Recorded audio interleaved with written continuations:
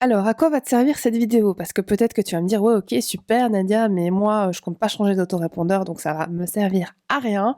Détrompe-toi, savoir exporter tes listes, c'est un truc hyper important parce que tu vas devoir le faire régulièrement si tu veux protéger tes listes. Donc éviter que tout à coup, qu'il y a un souci sur ton autorépondeur et que du coup, du jour au lendemain, tu perds tes listes. J'espère que ça ne t'arrivera pas. En tout cas, voilà, c'est une précaution à prendre. Il faut que tu exportes tes listes régulièrement pour les avoir toujours de côté au cas où.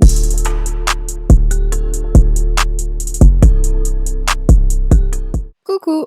En ce moment, je suis en train de déplacer mes listes web marketing de filles de GetResponse vers MailerLite.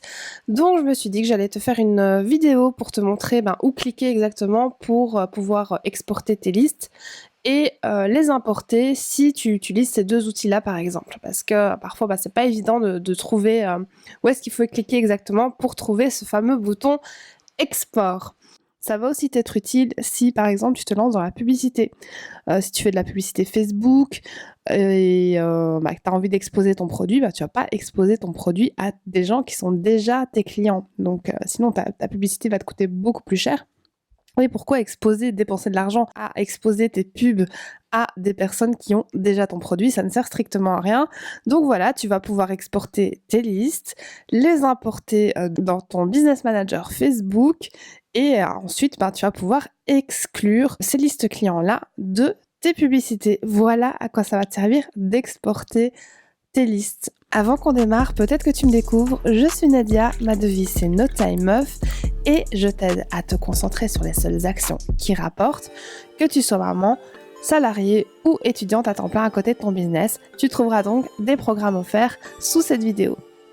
Donc ici, tu es sur la page d'accueil de GetResponse.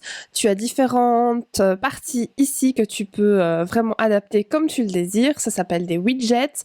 Tu peux soit les supprimer, soit en mettre d'autres à la place et tu peux simplement les faisant glisser, tu peux les déplacer. Ce qui nous intéresse, nous particulièrement dans cette vidéo, c'est comment exporter d'abord ta liste et comment la réimporter dans un autre autorépondeur. Donc je vais utiliser ici GetResponse pour exporter ma liste et puis je vais l'importer dans MailerLite.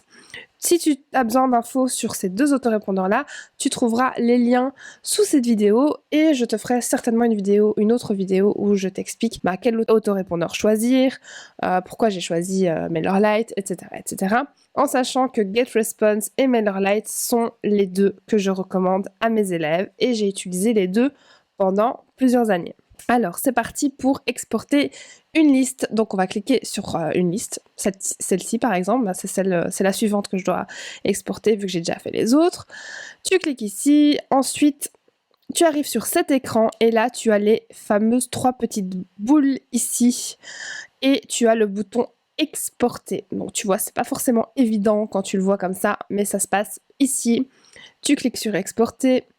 Ici, moi, je vais mettre un nom de fichier pour indiquer que ce sont des anciennes listes. Et je reprends ensuite le même nom que la liste en question pour savoir de quoi il est question.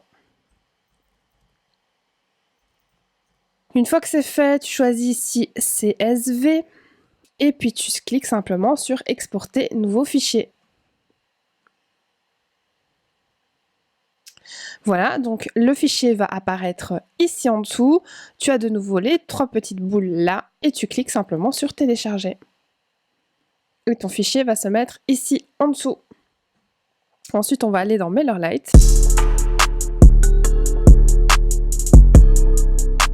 Donc voici comment se présente MailerLite. J'aime beaucoup cet autorépondeur parce que la plateforme est hyper claire en fait. Tout est minimaliste, tout est super clair.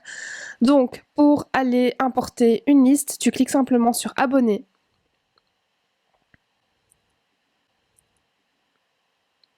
Puis tu cliques sur groupe. Les groupes en fait représentent les listes dans MailerLite. Donc dans GetResponse c'était campagne et dans MailerLite ce sont des groupes.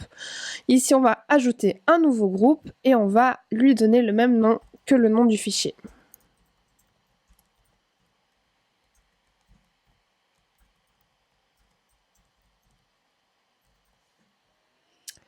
Créer. Il va apparaître ici, donc tu vois 0 abonné, je clique dessus Je vais cliquer sur ajouter des abonnés et ensuite je vais simplement faire glisser le fichier ici. Et puis tu cliques simplement sur importer.